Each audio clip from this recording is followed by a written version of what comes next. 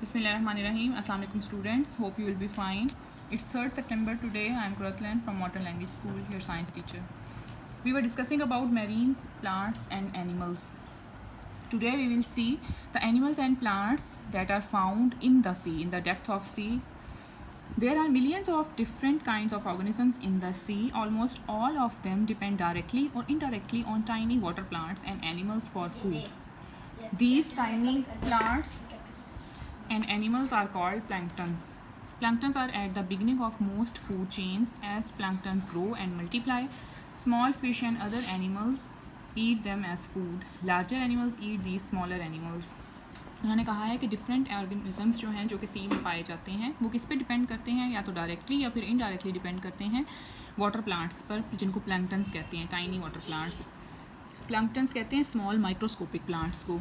छोटे छोटे से प्लांट्स जो पाए जाते हैं सी की डेप्थ में, उन पे डिपेंड करते हैं बाकी सारे सी प्लांट्स और एनिमल्स फूड के लिए. किस तरह? क्योंकि प्लैंक्टन्स जब ग्रो करते हैं, मल्टीप्लाई करते हैं, स्मॉल फिशेस और कुछ एनिमल्स जो हैं उनको खा लेते हैं. उसके बाद लार्जर एनिमल्स जो हैं वो इन फिशेस को या स्मॉल एनिमल्स को खाते हैं, तो इनडायरेक्टली वो उनके जिस्म का हिस्सा बन जाते हैं ये planktons. Now see birds. First which type of birds are found among the sea? The animals living in the sea and on the shore provides a rich food source for seabirds. उन्होंने कहा है कि सी में और शोर पे जो animals रहते हैं वो किसका फूड सोर्स होते हैं? सी बर्ड्स का. The offshore rocks are ideal nesting places for pigeons, cormorants, pelicans, geese, puffins, penguins and many gull species as well. ये रॉक्स जो हैं वो नेस्टिंग प्लेस भी हैं, यानी कि उनका घर बनाने के लिए भी उन आइडियल प्लेसेस हैं. किस किस के लिए? कॉर्मोरेंट्स के. कॉर्मोरेंट्स कहते हैं एक परिंदा होता है, आबी परिंदा, जो कि मछलियाँ खाता है. पेलिकान्स फिशेस खाते हैं. पफिन्स कहते हैं एक तोता सा होता है, बहरी तोता उसको कहते हैं. ये सारे एनिमल्स जो हैं सी बर्ड्स जो हैं ये अपने नेस्ट बनाते हैं कहाँ पर? रॉक्स पर.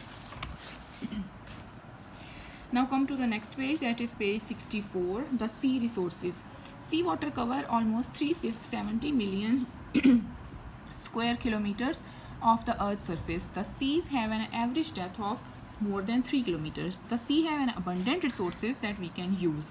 We eat fish and it has always been part of our diet. We also eat crabs, prawns and mollusks. उन्होंने कहा है कि sea water जो है उसने क्या कवर किया हुआ है? अर्थ की सरफेस का 370 मिलियन स्क्वायर किलोमीटर एरिया जो है वो कवर किया हुआ है.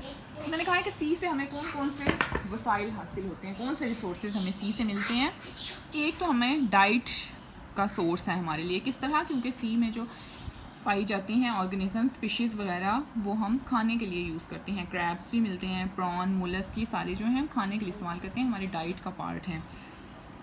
And the sea are also great store house for chemicals like sodium and chlorine. कहते हैं ना कि समुद्री पानी नमकीन होता है, यानी उसमें सोडियम की मिकदार पाई जाती है.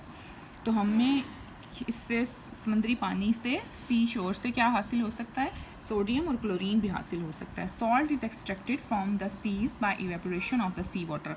सी वाटर जब एवेपोरेट करता है, बुखारात उसके बनते हैं, तो हम उससे क्या एक्सट्रैक्ट करते हैं? सॉल्ट. सॉल्ट क्या होता है? सोडियम ही होता है ना, सोडियम क्लोराइड कहते हैं, जो हम खाने वाला नमक इस्तेमाल करते हैं. फिर थर्ड इसका यूज़ क्या है, रिसोर्स क्या है सी हमारे लिए? Oil and natural gas can also be found trap in the rocks hidden under the sea beds. Oil और नेचुरल गैस भी ट्रैप होती हैं रॉक्स के अंदर, चट्टानों में, तो वहाँ से हम ऑयल भी ड्रेन कर सकते हैं, हासिल कर सकते हैं, और नेचुरल गैस भी. As men continue to catch more fish and whales for food, many sea organisms such as humpback whales are now in danger of becoming extinct. उन्होंने कहा है कि अब इंसान जो है ज़्यादा मछलियाँ और वेल्स वगैरह अपने फूड के लिए पकड़ रहा है, तो इससे क्या हो रहा है कि बहुत सारे सी ऑर्गेनिजम्स जो हैं, जैसे वेल, हम्बैक वेल जो हैं, वो एक्सटिंक्ट हो रही हैं, यानी ख़त्म हो रही हैं. किस तरह ये इफेक्ट हो रहा है? Let's look at the food chain below. हमने पहले फूड चेन और फूड वेब पढ़े थे ना, उसमें देखा था कि एक ऑर्गेनिज्म अगर ऐड या रिमूव कर दें, कोई ऑर्गेनिज्म कम हो जाए किसी फूड चेन में, या ज़्यादा हो जाए, उसकी ज़्यादती हो जाए, तो वो फिर पूरा फूड चेन और पूरा फूड वेब डिस्टर्ब हो जाता है, दूसरे ऑर्गेनिज्म के लिए फूड कम पड़ जाता है. किस तरह? उन्होंने कहा है if all the krill were removed. Krill यानी कि समंदर में जो रहने वाला ऑर्गेनिज्म है, एनिमल है, अगर हम इसको फूड चेन में से रिमूव करते हैं तो फिर फूड जो है वो ज़्यादा फूड पेंगुइन्स के लिए नहीं बचेगा, पेंगुइन्स ज़्यादा हो जाएंगे, तो फिर उसके लिए फूड पूरा ही नहीं होगा, क्योंकि वो पेंगुइन्स डिपेंड कर रहे हैं ना क्रेल पर। अगर हम क्रेल को रिमूव कर देंगे तो पेंगुइन्स के लिए एनफ फूड नहीं होगा, तो फिर वो मर जाएंगे भूख से। They would die of starvation, starvation कहते हैं भूख से मर जाएंगे, कहत पड़ जाएगा उनका, ठीक है। With the removal of penguins from the food chain, अगर पेंगुइन्स को रिमूव कर दें फूड चेन में से, they would not be enough food for seals, तो सील के लिए फूड एनफ नहीं रहेगा, therefore the killer whale would die too. तो फिर क्या होता है कि अगर हम एक चीज़ रिमूव करें तो सिर्फ वो ही पेंगुइन ही सिर्फ ख़त्म नहीं होगा, मतलब अगर पेंगुइन रिमूव करेंगे सिर्फ सील ही ख़त्म नहीं होंगी, उसके साथ किलर व्हेल भी ख़त्म हो जाएगी, क्योंकि व्हेल भी तो डिपेंड करती है सील पर। तो फिर पूरा फूड चेन जो है एज अ रिजल्ट डिस्टर्ब हो जाता है।